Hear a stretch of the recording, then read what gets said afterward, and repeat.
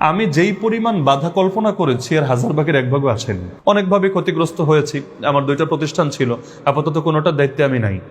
একটা নিজের হাতে প্রতিষ্ঠা করা আর একটা নিজের হাতে না, তবে সেখানে মূল দায়িত্বে আমি ছিলাম। কিন্তু এখন যেহেতু আমি গোমরা হয়ে গিয়েছি অনেকের মতে এবং মানে কাফেরের চাইতে ভয়ঙ্কর কিছু হয়ে গিয়েছি, তো যার কারণে আমি আপাতত প্রতিষ্ঠান ছাড়া। এমনকি আমার যে মসজিদে আমি জুম্মার নামাজ পড়াই মিরপুরে, সেখানেও যিনি বিএনপি ক্যান্ডিডেট ছিলেন এবং বিএনপির 300 আসনের মধ্যে যে আসনের ব্যাপারে ওরা বলতো এটা নিশ্চিত 100% পাস, কারণ এত বড় ফিগার এখন মন্ত্রীর দায়িত্বেও আছেন আপাতত, যাই হোক নাম বলার দরকার নেই। উনিও ঘোষণা দিয়ে রেখেছিলেন যে বৃহস্পতিবার তো নির্বাচন গেল, এরপরের শুক্রবারটাই হবে আমার লাস্ট শুক্রবার, এরপর আমাকে আর মসজিদে ঢুকতেই দিবে না। কিন্তু আলহামদুলিল্লাহ বেচারা আর এমপিও হতে পারে নাই, যার কারণে মসজিদ থেকে অন্তত বিদায় হওয়া লাগে নাই। আর এছাড়াও তো মাহফিল টাহফিল থেকে শুরু করে বহু ক্ষেত্রে বাধার সম্মুখীন, কিন্তু আলহামদুলিল্লাহ এই বাধাগুলো আমাকে মানসিকভাবে কখনো দুর্বল করে না, কারণ এগুলো মাথায় নিয়ে আসা। এমন না যে আমি আগে ভেবেছিলাম যে না একদম চারদিকে খালি ফুল আসবে আর এখন দেখছি পাথর আসছে। বরঞ্চ আমি যদি বাস্তবতা বলি, আমি যেই পরিমাণ বাধা কল্পনা করেছি এর হাজার ভাগের এক ভাগও আসেনি। বাস্তবতা আমি ভেবেছি আরো অনেক ফতোয়ার ঝড়, আরো অনেক ট্যাগ গালিগালা যেগুলো আসবে এবং মোকাবেলা করা লাগবে, কিন্তু যে কোনো কারণে হোক ওই হাতে গোনা 2-4 জন ছাড়া দেখবেন কেউ কেন যেন লাগতেও আসে না, অথবা কেন যেন ঝামেলায় জড়ায় না। বিভিন্ন কারণেই হতে পারে। তো আলহামদুলিল্লাহ আমি যেই পরিমাণ কল্পনা করেছি এর চাইতে আরো কম পেয়েছি। আর এখন মানসিক অবস্থা ভালো, আলহামদুলিল্লাহ মানসিক অবস্থা দিনকে দিন আরো ভালো হচ্ছে। বিশেষ করে যখন দেখি যে আমার দ্বারা আরো 2টা মানুষ উপকৃত হচ্ছে, আমার কথায় কারো জীবনে কোনো উপকার হচ্ছে, আলহামদুলিল্লাহ ভালো লাগে। বিশেষ করে বড় একটা সুবিধা হলো সংগঠনের যত মানুষ আমি যেখানেই পাই না কেন, দেশে বলেন বিদেশে বলেন, যে কোনো প্রত্যন্ত এলাকায় বলেন, সবচাইতে বড় সুবিধা হলো এখানে আবেগী শ্রেণী নাই বললেই চলে, বরং সবাই বিবেকটারে কাজে লাগানো, একটু পড়াশোনা করার, একটু কথাটা গভীরভাবে ধারণ করার। তো যারা বক্তা এদের একটা সুবিধা হলো অডিয়েন্স যদি কথা নেয় তাহলে বলেও আলাদা মজা লাগে এবং নিজের কাছে তৃপ্তি লাগে। তো আলহামদুলিল্লাহ আমি মানসিকভাবে এখনো পর্যন্ত তৃপ্ত আছি। আর আগামী দিনে যদি নতুন করে কোনো কোরবানিও দেওয়া লাগে, আগেও জেল খেটে এসেছি, আগামী দিনে যদি এর চাইতেও বড় কিছু লাগে আলহামদুলিল্লাহ সেটা আমার জন্য একটা অর্জনই হবে, লস হবে না ইনশাআল্লাহ। একজন মানুষকে দেখে ওর 1000 জন প্রভাবিত হয়। আমার সাথে গত 2 মাসে না হলেও মনে করেন আমাদের অঙ্গনেরও কয়েকশো জন মানুষ যোগাযোগ করেছে যে আমরাও আসতে চাই, আমরাও যোগ দিতে চাই। কিরে ভাই হঠাৎ করে তোমার ভেতরে আগ্রহ জাগলো কিভাবে? না আপনি গিয়েছেন আমরাও যাবো, এক কথা। মানে তারে বয়ান করে বোঝানো লাগে না, আপনি গিয়েছেন আমরাও যাব। মানে মানুষ যে মানুষকে দেখে ফলো করে, অনুসরণ করে, এটা কিন্তু একটা ক্লিয়ার ব্যাপার। একজন মানুষ দাড়ি টুপিওয়ালা হলে মানুষ তার থেকে ভালো কিছু আশা করে এবং সে ভালো কিছু করলে মানুষ এটা দ্বারা প্রভাবিত হয় বটে। কিন্তু এখন একজন মানুষ যদি দাড়ি রেখা হিজাব নিয়ে কটূক্তি করে, তাহলে মানুষ অন্য 10 জনের চাইতে তার এটাকে কিন্তু আরো বেশি বাজেভাবে দেখে। তাহলে প্রতিটা ক্ষেত্রে আমলি দাওয়াতের অনেক গুরুত্ব আছে। তাহলে আপনারা ক্যারিয়ারের ব্যাপারেও সচেতন হবেন, নিজেদের জ্ঞান নিজেদের যোগ্যতা বাড়ানোর ব্যাপারেও সচেতন হবেন, আর এগুলোকে দ্বীনের কল্যাণ জাতির কল্যাণে কাজে লাগানোর চেষ্টা করবেন। আগামী দিনে যে ইসলামের বিপ্লব হবে এটা সকলের হাত ধরেই হবে ইনশাআল্লাহ। এমন না যে দেশ যদি খালি হুজুর দিয়ে ভরে গেছে আর হুজুররা সবাই দ্বীনের পক্ষে আছে আর বাকি সবাই একদম দ্বীন থেকে দূরে সরে গিয়েছে, না, এতে কাজ হবে না। বরং সব শ্রেণীর মানুষের গাড়ির চাকার মতো তাআওয়ানু আলাল বিররি ওয়াত তাকওয়া। ওই প্রাইভেট কারে চড়ে আসলাম, সেখানেও 4টা চাকা আছে। 3টা চাকা যত দামি হোক, যত কোয়ালিটি সম্পন্ন হোক, আর একটা চাকা যদি না থাকে অথবা আছে কিন্তু সেটা প্রেশার নাই, লিক হয়ে আছে, অথবা যে কোনোভাবে ক্ষতিগ্রস্ত হয়েছে, বাকি 3টা দিয়ে চলবে না। সুতরাং আমাদেরকে প্রতিটা সেক্টরে, এই যে এখনো বাংলাদেশ ইসলামী বিপ্লব হচ্ছে না, এর বড় কারণ কি জানেন? বড় কারণ এটাই, প্রতিটা সেক্টরে আমাদের লোক নাই। এমনকি অনেকে আবেগ দিয়া উড়ায় ফেলবে, আরে শরিয়া শরিয়া শরিয়া, একদম ডাইরেক্ট আমাদেরকে শরিয়া কায়েম করে উল্টায় ফেলতে হবে। ভাই শরিয়া তুমি কাদেরকে দিয়ে কায়েম করবা? যাদেরকে দিয়ে করবা প্রতিটা সেক্টর নিজের লোক তৈরি করতে পেরেছো? যদি না পারো খালি মোল্লা দিয়া শরিয়াত কায়েম হবে না, কারণ এই দেশটা শুধু মোল্লারা চালায় না, বরং মোল্লারা ক্ষুদ্র অংশেই আছে। বাকি প্রতিটা সেক্টরে আমাদের দাওয়াতকে, আমাদের ইসলামী চেতনাকে, আমাদের তারবিয়াত কেমন ভাবে ছড়িয়ে দিতে হবে যাতে করে সকলে মিলে ওই গাড়ির 4টা চাকার মতো হতে পারে এবং এই গাড়িটাকে, ইসলাম নামক গাড়িটাকে চূড়ান্ত গন্তব্যে নিয়ে যেতে পারে। ঠিক আছে, মক্কার বিষয়টা ছিল, মক্কায় একনায়কতন্ত্র ছিল না, মক্কায় একক কোনো নেতা ছিল না যে যার কথাই আইন, যার কথাই বিধান, যার কথাই মানে চূড়ান্ত কথা, এরকম কোনো ব্যাপার ছিল না। বরং মক্কায় এই কিছুটা তাদের মধ্যে, এখন যেমন ওই পার্লামেন্টে বৈঠক করে করে সিদ্ধান্ত নেয়, মক্কায়ও তাদের একটা বৈঠকখানা ছিল যেটার নাম আপনারা আশা করে জানেন, দারুন নাদওয়া। ওই দারুন নাদওয়ায় মিটিং করে করে তাদের সিদ্ধান্ত নিতে হতো। এই জন্য কুরাইশের সর্দার একজন ছিল না, অনেকজন ছিল। কারণ ওই দারুন নাদওয়ার মধ্যে আবু তালেবও মত দিত, আবু লাহাবও মত দিত, আবু জাহালও মত দিত, উতবা মত দিত, সাইবা মত দিত, আরো অনেক নেতা ছিল। এমনকি যুবক নেতাদের মধ্যে ওমরও ছিল। তারা সকলের মতামতের ভিত্তিতে একটা সিদ্ধান্ত নিত। এজন্য নবীর মৃত্যুদণ্ডের রায়, এই একটা রায় আদায় করতে 13 বছর সময় লেগেছিল। 13 বছর। কেন? আবু জাহাল বলতো কল্লা ফালায় দেয়, কিন্তু আরেকজন দাঁড়ায় বলতো না রে, দরকার নাই, বনু হাশেম সেই রকম যোদ্ধা জাতি, ওদের সঙ্গে লাগলে তোদের গাট্টি বস্তা নিয়ে এলাকা ছাড়া লাগবে, পারবি না। মোহাম্মদ তো একা না, তার সঙ্গে তার বংশ আছে, সুতরাং তোরা পারবি না। এভাবে 13টা বছর মতানৈক্য করার পরে গিয়ে সিদ্ধান্ত উপনীত হলো, চল 10 মিলে করি কাজ, হারি জিতি নাহিলাস। আমরা সবাই মিলে মারি, এককভাবে লড়াই করতে গেলে রিস্ক আছে, তো সবাই মিলে করলে ভয়ের কিছু নাই। ব্যাস ওই 13 বছর পর গিয়ে ঘর ঘেরাও করলো, কিন্তু আলহামদুলিল্লাহ ওয়াজআলনা মিন বাইনি আইদিহিম সাদ্দা ওয়া মিন খালফিহিম সাদ্দা ফাগশাইনাহুম ফাহুম লা ইউবসিরুন। আমার নবী সূরা ইয়াসিন পড়তে পড়তে সেখান থেকে চলে গেলেন। তো নবী যদি ক্ষমতা নিতেন মক্কায়, ক্ষতিটা কি হতো? এখন যেমন কিছু হুজুর মানুষ বিভিন্ন বাতিল দলের সাথে গিয়ে মিললে মাঝে মাঝে যে ক্ষতিটা হয়, বলবেন কি ক্ষতি? মনে করেন আপনার একটা দল আছে, একটা পকেট কমিটি আছে, একটা ঝুটা পার্টি আছে, আপনারা 2-3টা সিট দিয়ে দিলে আপনি তো মহা খুশি, মাশাআল্লাহ, একদম তো ইসলামের খেদমত করে উল্টায় ফেলবে এবার। কিন্তু ঝামেলা হলো কি? ঝামেলা হলো আপনারে যারা ফলো করে বা আপনার যারা অনুসারী আছে, তারা সকলে এবার চিন্তা করবে, এত বড় হুজুর যেই দলের সাথে আছে, ওই দলকে 2 নম্বর হতে পারে? তাদের কাজ কি ভুল হতে পারে? তারা কি কখনো কুফরি শক্তির পক্ষে বা জাহেলিয়াতের পক্ষে দালালি করতে পারে? এমনকি তারা কি চাঁদাবাজি করতে পারে? তারা খুন করতে পারে? তারা মাদকরে জিন্দা রাখতে পারে? এগুলো তো সম্ভব না। যদি হতো আমাদের হুজুর লাল কার্ড দেখায় বা হলুদ কার্ড দেখায় তাদের থেকে আলাদা হতো, তাহলে একজনকে দেখে 10 জন প্রতারিত হয় না? মানুষ ভূষার কারণে প্রতারিত হয় না? এটা স্বাভাবিক ব্যাপার। আল্লাহ নবী যদি দারুন নদওয়ার নেতা হতেন, ইসলাম জিন্দা হতো না। বলবেন কিভাবে? কারণ একনায়কতন্ত্র যেহেতু না, নবীর কথায় আবু জাহাল উঠবে বসবে, বিষয়টা এমন ছিল না। কেউ কেউ হঠাৎ ইতিহাস পড়লে ভাবে আবু জাহালরা মনে হয় গদি ছেড়ে নবীরে গদি দিতে রাজি ছিল, যে আমার আর দরকার নাই, আমি এখন থেকে প্রধানমন্ত্রী না, এখন থেকে তুমি বেটা প্রধানমন্ত্রীগিরি করো আর বাকি সব তুমি সামলাও না, এমন কোনো অফার দেয় নাই। বরঞ্চ ওদেরও গদি থাকবে, নবীর জন্য এক্সট্রা একটা চেয়ার এনে দিবে, সংরক্ষিত কোঠায় আপনাকে আসনটা দেওয়া হলো। এখন আপনার কাজ কি? এখন আপনার কাজ হলো আপনিও মত দিবেন, আমরাও মত দিব। দিন শেষে সিদ্ধান্ত নিবে কিভাবে? নবী কি বলেছেন এটা দেখে, না সংখ্যাগরিষ্ঠ কি বলছে এটা দেখে? তাহলে সংখ্যাগরিষ্ঠের মত যদি দেখতে যান, তাহলে একটা উদাহরণ, আবু জাহাল জিজ্ঞেস করলো চোর চুরি করলে কি সাজা দেওয়া যায়? নবী দাঁড়িয়ে বলতেন আউযু বিল্লাহি মিনাশ শাইতানির রাজিম ওয়াস-সারিকু ওয়াস-সারিকাতু ফাকতাউ আইদিয়াহুমা। চোর পুরুষ হোক আর মহিলা হোক, এখানে জেন্ডারের কোনো বিভাজন নাই, মেল হোক আর ফিমেল হোক, হাত কেটে দিতে হবে, এটাই আল্লাহর পক্ষ থেকে সাজা। আবু লাহাব দাঁড়ায় বলতো, ভাতিজা মাথা ঠান্ডা করো, এরকম উগ্র হলে তো হবে না, আগে দেখতে হবে চোরটাকে আমাদের দলের নাকি বিরোধী দলের। যদি বিরোধী দলের হয় তাহলে হাত না, প্রয়োজনে একদম এখান থেকে না, এখান থেকে কেটে দাও, প্রয়োজনে কল্লা কেটে দাও, সমস্যা নাই। কিন্তু আমাদের দলের যদি হয় তাহলে তার কেটে দিলে তো হবে না, বরঞ্চ তাকে বুঝাতে হবে যে একা একা খেলে হবে না, বরঞ্চ ভাগে যোগে খেতে হবে, তুইও কিছু খা, আমাদেরকেও কিছু কমিশন দে, সবাই মিলে চলবে। আবার উতবা দ্বারায় আর একটা বলতো, সাইবা দ্বারায় আর একটা বলতো। দিন শেষে দেখা যেত নবীর সিদ্ধান্ত বাস্তবায়ন হতো না, কুফরি সিদ্ধান্তই বাস্তবায়ন হতো, মাঝখানে নবীর ইমেজ ব্যবহার হতো, ইসলামের বিপ্লবের স্পিরিট থেমে যেত, সাহাবীদের জিহাদি জজবাও খতম হয়ে যেত। এজন্য আল্লাহ রাসূল ক্ষমতা নেন নাই, তো ক্ষমতা না নিয়েও আলহামদুলিল্লাহ দিনের উপকার হয়েছে, দিনের ক্ষতি হয় নাই। তাহলে বলছিলাম প্রতিটা সেক্টরে ইসলামকে বিজয়ী করার জন্য মেহনত করা, এটা আমাদের যেই প্রসঙ্গে কথা এসেছে, আমাদের কোনো নফল মুস্তাহাব ব্যাপার না, বরং এটা ছাড়া আমাদের ইসলামের পরিচয় হতে পারে না। হ্যাঁ, আমি যে প্রসঙ্গে কথাটা টেনেছিলাম যে আল্লাহ চাইলে নবীকে কষ্ট দেওয়া ছাড়াই ইসলাম বিজয়ী করতে পারতেন না? পারতেন। এটা আল্লাহর কুদরত, কিন্তু আল্লাহ করেন নাই, এটা আল্লাহ সুন্নত। আল্লাহ সুন্নত হলো এটা, আহাসিবান নাসু আন ইউতরাকু আন ইয়াকুলু আমান্না ওয়া হুম লা ইফতানুন, সূরা আনকাবুত আয়াত নম্বর 2। মানুষ কি ভেবেছে মুখ দিয়ে বলবে ঈমান আনলাম আর পরীক্ষা না করে এমনি এমনি ছেড়ে দেওয়া হবে? এরপরের 3 নম্বর আয়াত, ওয়ালাকাদ ফাতান্নাল্লাযীনা মিন ক্বাবলিহিম ফালায়ালামান্নাল্লাহুল্লাযীনা সাদাকু ওয়া লায়ালামান্নাল কাযিবিন।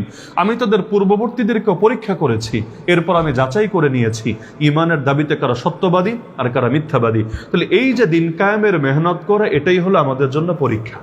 এই পরীক্ষায় কারা টিকবে, কারা ঈমানের দাবিতে সত্যবাদী হবে আর কারা মিথ্যাবাদী হবে, এটাই আল্লাহ যাচাই করতে চান। এজন্য আল্লাহ তা সব নির্বাহী আদেশে করবেন না। আর আল্লাহ যদি সব তার নির্বাহী আদেশে করে দিতেন, আল্লাহ আদেশ করলেন, ফেরেশতা এসে ঘটিয়ে দিল, তাহলে আমার আপনার দাম বাড়বে কিভাবে? আমার আপনার কিয়ামতের দিন নাজাতের ওসিলা হবে কিভাবে? সব যদি আল্লাহই করে দেন, তাহলে আল্লাহরে বলবো কিভাবে, আল্লাহ আমার গায়ে এই যে আঘাতের দাগ, এটা তোমার দিন কায়েমের মেহনত করতে গিয়ে লেগেছিল। এই যে আমার শরীরের এই ক্ষত, এটা রিমান্ডে আমাকে তোমার দিনের মেহনত করার জন্য দেওয়া হয়েছিল। এই যে আমার জীবনে 10টা বছর কারাগারে কেটে গেল, আয় আল্লাহ তোমার দিনের পথে থাকার জন্য আমাকে এটা সাফার করতে হয়েছিল। এই যে কিয়ামতের দিন এগুলো বলবো কিভাবে? ইন্না ইজামাল জাযাই মা ইজামিল বালা, সেই হাদিস। নবী বলেন পরীক্ষা হবে যত বড়, পুরস্কারও হবে তত বড়। ওয়া ইন্নাল্লাহা ইযা হাব্বা কওমান ইবতালাহুম, আল্লাহ যখন কোন জাতিকে ভালোবাসবে তখনই তাদেরকে বিপদ দিয়ে পরীক্ষা করবে। এমনকি নবীর হাদিসে আছে ইউবতালার রাজুলু বিহাসাবি দীনিহি, প্রত্যেকের উপর পরীক্ষা আসবে তার দিনদারি অনুপাতে। তাহলে দিনদারি বাড়লে পরীক্ষা কমবে না বাড়বে?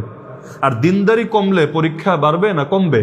তাহলে দিনদারি কম, পরীক্ষাও কম, দিনদারি বেশি, পরীক্ষাও বেশি। তাহলে সুতরাং আমাদেরকে দিন কায়েমের যা নির্দেশ আল্লাহ দিয়েছেন, এটা এজন্য না আল্লাহ আমাদের মুখাপেক্ষী, বরং এজন্য ইমানের দাবিতে আমরা সত্যবাদী না মিথ্যাবাদী, এটা আল্লাহ স্পষ্ট করে দিতে চান।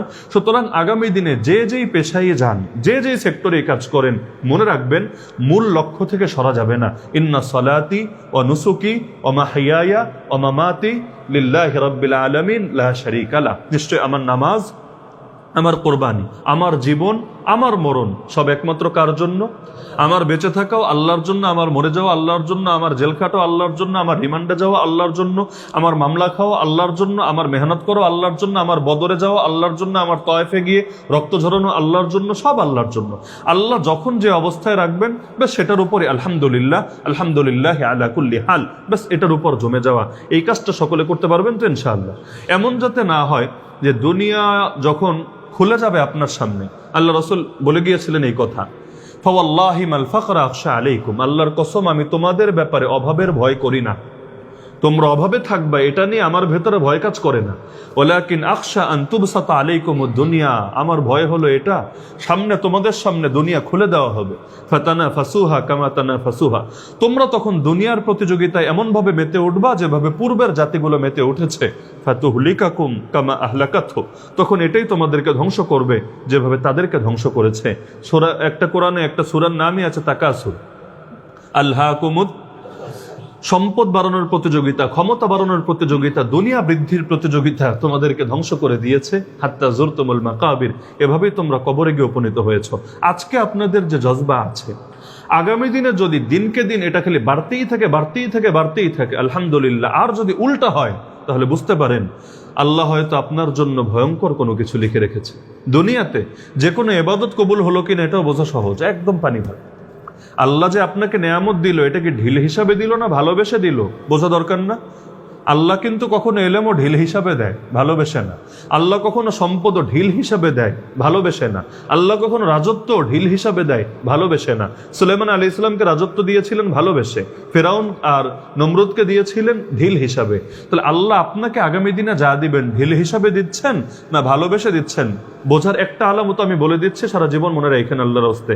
সেটা হলো যে কোনো নেয়ামত পাওয়ার পরে যদি দেখেন আপনি আল্লাহর আরো কাছে চলে যাচ্ছেন, আল্লাহর আনুগত্যে, আল্লাহর দ্বীনের খেদমতে আরো বেশি নিজেকে নিবেদিত করতে পারছেন, এবং আপনার ভেতরে শুকরিয়া, আল্লাহর শুকরিয়া আরো বেশি বেড়ে যাচ্ছে, আপনি ধরে নিতে পারেন আল্লাহ আপনাকে ভালোবেসেই দিয়েছেন, এবং এই নিয়ামত আপনার আখিরাতে মর্যাদা বৃদ্ধির উপায় হবে ইনশাআল্লাহ।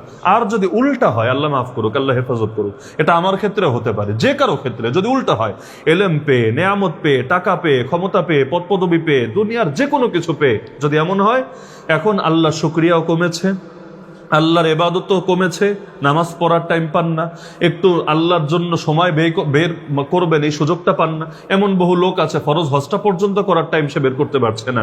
অথচ এই অবস্থায় সে মরলে তার মরণটাই কত করুণ হবে, কত করুণ হবে। এইরকম যদি হয় তাহলে আপনি ভয় করেন আল্লাহ আপনাকে যা দিয়েছেন সেটা হয়তো ঢিল হিসাবে দিয়েছেন, ভালোবেসে না, এবং এটাই হয়তো আপনার জন্য আরো পেরেশানির বিষয় হয়ে যাবে। তাহলে আগামীতে যে যে সেক্টরেই থাকেন প্রত্যেকে এটা মাথায় রাখবেন, সেখানেও আমাকে দ্বীনের জন্য নিবেদিত থাকতেই হবে, আমার সম্মান দ্বীনের সম্মানের সাথে। তাহলে যে যেখানেই যাই না কেন আমাকে দ্বীনের জন্য নিবেদিত থাকতে হবেই হবে ইনশাআল্লাহ। রাজি আছেন ইনশাআল্লাহ? পাশাপাশি আপনারা ওই কখনো ইসলাম কিন্তু বৈরাগ্যবাদকে সমর্থন করে না। এমনকি এক হাদিসে স্পষ্ট বার্তা আছে আল্লাহ রাসূল, তিনি বলেন আল মুসলিম আল্লাযী ইউখালিতুন নাস ওয়া ইয়াসবিরু আলা আযাহুম খায়রুন মিনাল্লাযী লা ইউখালিতুন নাস ওয়া লা ইয়াসবিরু আলা আযাহুম। তিনি বলেন, যেই মুসলমান মানুষের সঙ্গে মিশে থাকে, সমাজে মিশে থাকে এবং তাদের দেওয়া কষ্টের উপরে সবর করে, সে ওই মুসলমানের সাথে চাইতে উত্তম যে সমাজের সাথে মেশে না এবং তাদের দেওয়া কষ্টের উপরে সবর করে না। তাহলে কি বুঝলেন? যারা সমাজে থাকে আর যারা সমাজ ছেড়ে গিয়ে একদম এক গর্তের মধ্যে ঢুকে ইবাদত বন্দেগী করে, এই দুই ব্যক্তি কখনোই সমান হবে না। বরং সমাজে থাকবে এবং মানুষের দেওয়া কষ্টের উপর সবর করবে, একটা আরেকটার সঙ্গে জড়িত। কারণ নবীজি এটা জানেন, সমাজে চলতে চাইলে কষ্ট দিবেই মানুষ। যে যত ভালো হবে তাকে হয়তো তত বেশি কষ্ট পেতে হবে। ওমর রাদিয়াল্লাহু আনহু জীবনী পড়লে একটা বাক্য পাওয়া যায়, তারাকাহুল হাক্কু ওয়া মা লাহু সাদিকুন। হক তাকে এমন অবস্থায় নিয়ে ছেড়েছে তার আর কোনো বন্ধু নাই। হক তাকে এমন এক অবস্থায় নিয়ে ছেড়েছে তার আর কোনো বন্ধু নেই। কোন ওমর তো আর সত্য কথা বলতে এটা দ্বিধা করে না যে তার সামনে কে আছে। এমনকি ওমর তো সেই ওমর নবীর সামনে পর্যন্ত কি কথা বলে ফেলে। হুদাইবিয়া সন্ধির পর বলে নাই, আপনি কি হক নবী না? আমরা কি হক ধর্মের উপর নাই? ইসলাম কি হক দিন না? তাহলে আমরা কেন এই লাঞ্ছনার শর্ত মেনে নিব? একদম ডাইরেক্ট নবীর সামনে পর্যন্ত এই কথা বলে ফেলছে। যদি আল্লাহ রাসূল তার মানসিক অবস্থা বুঝেছেন, তিনি স্বাভাবিক না, তিনি যে তখন একটা বিশেষ হালতে আছেন বুঝেছেন, এজন্য নবীও ফতোয়া দেন নাই, বেটা বেঈমান, নাস্তিক, নাস্তিকের দালাল, তুই ইসলাম থেকে বের হয়েছিস, আমাদের মতো এরকম উগ্র ফতোয়ায় যান নাই। আল্লাহ রাসূল সাল্লাল্লাহু আলাইহি ওয়াসাল্লাম তিনি শান্তভাবে তার অবস্থা বিবেচনা করেছেন। সুতরাং আপনারা যে যেই সেক্টরেই থাকেন কয়েকটা ব্যাপারে মনোযোগী হবেন। এক নম্বরে, ইসলাম বৈরাগ্যবাদকে সমর্থন করে না, সুতরাং ক্যারিয়ারের ব্যাপারেও মনোযোগী থাকবেন। আমরা কখনো এটা আপনাকে বলবো না ইসলামের জন্য সব ছেড়ে ছুড়ে জঙ্গলে চলে গেলেই মনে আল্লাহর কাছে বেশি দামি হবেন না। আপনি যেখানে আছেন সেখানেও আরো বেশি থেকে বেশি কিভাবে অগ্রসর হওয়া যায় এবং সেখানে আপনার জ্ঞানকে আরো কিভাবে এগিয়ে নেওয়া যায়, সততার ক্ষেত্রে উদাহরণ হওয়া যায়, এটা চেষ্টা করবেন। মাথায় রাখবেন, মৌখিক দাওয়াতের চাইতে আমলি দাওয়াত বেশি শক্তিশালী। মৌখিক দাওয়াতের চাইতে আমলি দাওয়াত বেশি শক্তিশালী। ওই যে একটা আয়াত আছে, ওমান আহসানু কাওলান, সবাই পারেন, মিম্মান দাআ ইলাল্লাহি ওয়া আমিলা সালিহান ওয়া ক্বালা ইন্নানী মিনাল মুসলিমিন। এটাকে একটু ভিন্নভাবে ব্যাখ্যা করি। ওই ব্যক্তির চাইতে কথার বিবেচনায় উত্তম কে হয় যার মধ্যে তিনটা গুণ আছে। এক নম্বর গুণ, মিম্মান দাআ ইলাল্লাহ, মানুষকে আল্লাহর দিকে দাওয়াত দেয়। মৌখিক দাওয়াত, জবানের দাওয়াত, কলমের দাওয়াত সবই অন্তর্ভুক্ত। ওয়া আমিলা সালিহা, নেক আমল করে, আমলি দাওয়াত। প্রথমটা ছিল মৌখিক দাওয়াত, ও আমিলা সলিহা। এখানে দাওয়াতের সাথে নেকামলের কথা কেন আসলো? কারণ মুখ দিয়ে আমি যাই বলি, পাবলিক আমার কাজও দেখবে। আমি আপনার ফজরের নামাজ ওয়াজ করে উল্টায় ফেলে আর নিজে ফজরের সময় ঘুমায় থাকি, আমার ওয়াজে কাজ হবে না, পাবলিক বুঝবে হুজুরের মধ্যে ভেজাল আছে, উল্টা তখন ওয়াজের আরো বদাসর হবে। তাহলে এক নম্বর হলো দা ইলাল্লাহ, মৌখিক দাওয়াত চলে। আমিলা সালিহা, নিজেও পারফেক্ট আমল করে, সুন্নাহসম্মত আমল করে, আমলি দাওয়াত হয়। ওয়া ক্বালা ইন্নানী মিনাল মুসলিমিন, কলবে দাওয়াত। তার অন্তরের মধ্যে সর্বদা সে এই কথা বলে, এই চেতনা জাগ্রত রাখে, নিঃসন্দেহে আমি মুসলিম উম্মার মধ্য থেকে একজন। এই উম্মার চেতনা, নিজের ভেতরে ইসলামের পরিচয়টাকে সবার উপরে রাখা, তার কলবের মধ্যে এটা জারি থাকে। তাহলে মৌখিক দাওয়াত, আমলি দাওয়াত, কলবি দাওয়াত, তিনটা যদি চালাতে পারেন আলহামদুলিল্লাহ। কলবি দাওয়াত মানে বুঝেন, আমি আপনার পেছনে 10 দিন মেহনত করলাম, কাজ হচ্ছে না। দিন মেহনতে আনা দূরের কথা, আপনারা আমি নামাজি বানাতে পারছি না, কিন্তু আমি শেষ রাতে উঠে আল্লাহর কাছে 2 রাকাত সালাতুল হাজত পড়ে হাতটা তুলে যখন আপনার জন্য 2টা ফোঁটা চোখের পানি ফেলবো, আল্লাহ আমার এই ভাইটাকে দিনের পথে আনার চেষ্টা করছি, কাজ হচ্ছে না, তার মনটা নরম হচ্ছে না, আল্লাহ তার মনটা তুমি নরম করে দাও, আল্লাহ তুমি তাকে দিনের জন্য কবুল করে নাও। ব্যাস, এই যে কাজটা করলাম, আমি হয়তো আপনাকে সকালে গিয়ে কোনো মৌখিক দাওয়াত দিলাম না, হয়তো আমি আপনাকে আমার কোনো আমলও দেখালাম না, কিন্তু হতে পারে আমার এই ভেতরগত দাওয়াত, ইন্টারনাল দাওয়াত, আল্লাহর সঙ্গে গোপনে গোপনে ঘটা দাওয়াত, এর দ্বারাই আপনার হেদায়েত কবুল হয়ে যাবে। না হলে ওমর হেদায়েতের পথে আসলো কিভাবে? ওমর হেদায়েতের পথে আসলো কিভাবে? নবীর দোয়ার বরকতেই তো এসেছে। এমন আশা এসেছে, আল্লাহ রাসূল বলেন, আমার পরে যদি কেউ নবী হতো, সেই নবী হতো এই ওমর। তো যার কারণে আপনারা আগামী দিনে যে যে সেক্টরে যান না কেন, নিয়ত রাখবেন আমরা এক একজন আমলি দাওয়াত হয়ে যাব ইনশাআল্লাহ। সততা কাকে বলে, মানুষের সামনে ইনসাফ কাকে বলে, উত্তম গুণ কাকে বলে, এগুলো মানুষ আমাদেরকে দেখে শিখবে ইনশাআল্লাহ। এবং মানুষ বলবে, আরে মুসলমান হলে তার মতোই হওয়া দরকার, ইসলামী আন্দোলন করলে তো তার মতোই করা দরকার। কারণ এগুলোর একটা প্রভাব আছে। আমরা দেখেছি, মনে করেন একটা ছেলে রাজনীতি করতে গিয়া আগে ভালো ছেলে ছিল, ভালো ছাত্র ছিল, এখন প্রত্যেক পরীক্ষায় ডাব্বা মারে। আপনার কি ধারণা তাকে দেখে আরো 10 জন রাজনীতিতে আসতে উৎসাহিত হবে? এমনকি বাবা মারা তাদের সন্তানদেরকে রাজনীতিতে দিতে আগ্রহ পাবে? কিন্তু যদি উল্টা হয়, যে সে রাজনীতি করে, মাশাআল্লাহ, এমন রাজনীতি যে এখন বাবা মার সাথেও তার আচরণ 100 থেকে 100। এলাকার সবাইরা যারা দেখে আকবারে সালাম দেয়, মসজিদের মধ্যে জামাতের সঙ্গে গিয়ে নামাজ আদায় করে। সে আগে কোরআন পড়তে পারতো না, এখন সুন্দরভাবে কোরআন অর্থ সহসে বলে দিতে পারে। এমনকি এখন তার ফলাফল আগের চাইতে আরো ভালো হতে শুরু করেছে। দেখবেন এখন আর তার মুখ দিয়ে অত ঢোল পিটানো লাগবে না, তারা দেখে দেখে অনেক পরিবর্তন ঘটে যাবে ইনশাআল্লাহ। সর্বশেষ আপনাদের কাছে দোয়া চাই এবং দোয়া করি, আল্লাহর কাছে সবসময় হেদায়েতের জন্য দোয়া করতে হবে, ইহদিনাস সিরাতাল মুস্তাকিম। আমরা সর্বদা হেদায়েতের মুখাপেক্ষী।